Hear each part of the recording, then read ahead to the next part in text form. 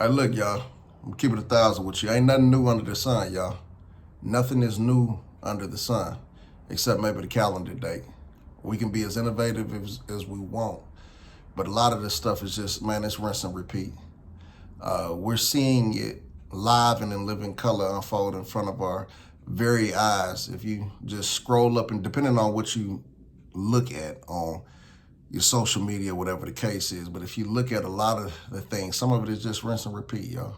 You look at it from as far as creativity when it comes to different movies. You see a lot of movies just getting remade with just updated graphics or whatever. You know what I'm saying? Instead of it being this kind of animation, now it's the more enhanced type of animation. If you look at songs, a lot of people are remaking songs. And they not, definitely, most of the time when it comes to songs, no disrespect to any artist and nothing like that, but they're not any better. They're actually in many cases that sonically they may be a little better, but in all actuality, the quality of the singer may be worse.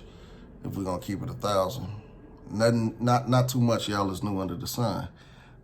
Which brings me to when it comes to exploitation. You know, there used to be a point in time where people that look like me were oftentimes exploited for entertainment, and while you know, there became a point in time where we kind of created our own kind of culture or whatever. It didn't have anything to do with exploitation. It had to do everything with empowerment.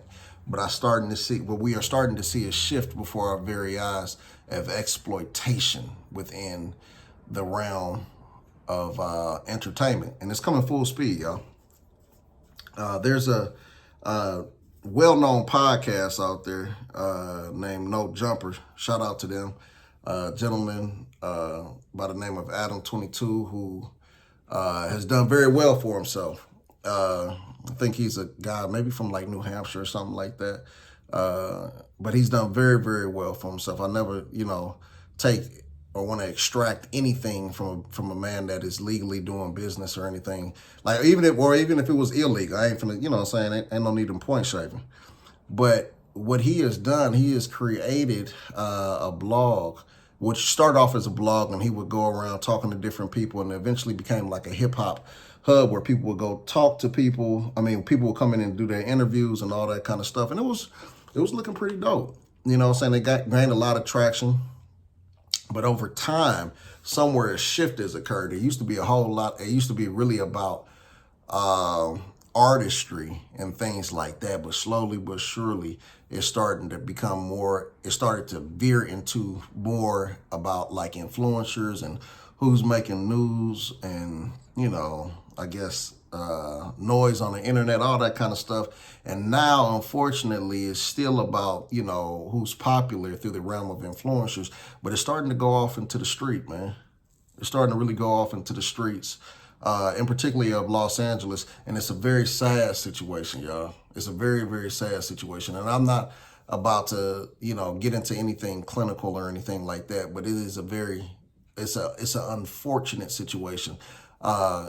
Just last week, they had a gentleman by the name of Brick Baby, who, by the way, I've always thought was very talented. This is a very talented young man, a whole lot of charisma.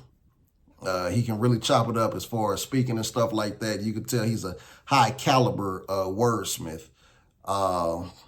But they have allowed him to be put in position where he's almost been made a spectacle out of due to some stuff that has happened more or less within the streets. And I don't see this thing overall ending well unless somebody gets in front of it and says, like, y'all, we can stick to the entertainment part of this podcast or this, this type of thing, but we can't allow this stuff like this to spill out into the streets. And that's literally, unfortunately, what's happening. He had a situation on there last week where he essentially had a major breakdown right before our very eyes. And I didn't think anything less of the man or whatever. I know it was a lot of people on the different, all throughout the internet from the research I did, saying like, oh man, he crying and he's doing this and doing that. I didn't look at it like that as a moment of weakness, like he's some chump or something like that, because I don't think that's the case at all. You can tell what kind of cloth he probably cut from. So I don't see no I don't see no chumping him like that at all. But I think given his circumstance and given the different things that he's been through, the trauma that he has encountered, he was having what we call a trauma response, getting flared up like that. He was on the brink of probably getting ready to see red. It may have ignited some type of flashbacks and all that, all different kind of things going on through his head as he was, obviously upset. And what he didn't perceive as to be anything entertaining, he took it as a threat. He felt as though, basically the backstory, some other guys that, more or less came up to the job or whatever from, based on some things that one of Brick's co-workers, DW Flame, has said to Brick. It was accidental, but in the world of gangs, little things like that can set off a whole lot. And it should not have blown up to that extent. It should not have, but eventually it led to phone calls being recorded and all that kind of stuff. And it was just a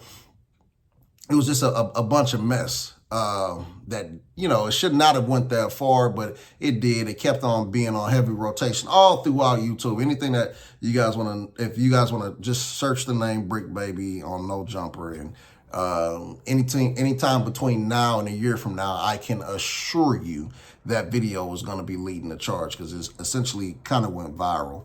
But he had an unfortunate trauma response. And I don't think, in all honesty, the owner of No Jumper, Adam, he about his chili. He gonna get his paper. And like, once again, Caucasian gentleman, what I'm saying? He's not, but I think he's from New Hampshire or something like that. So he's not too much tied into, even though I think he's been in Los Angeles for quite some time now, he's not tied into the culture like that.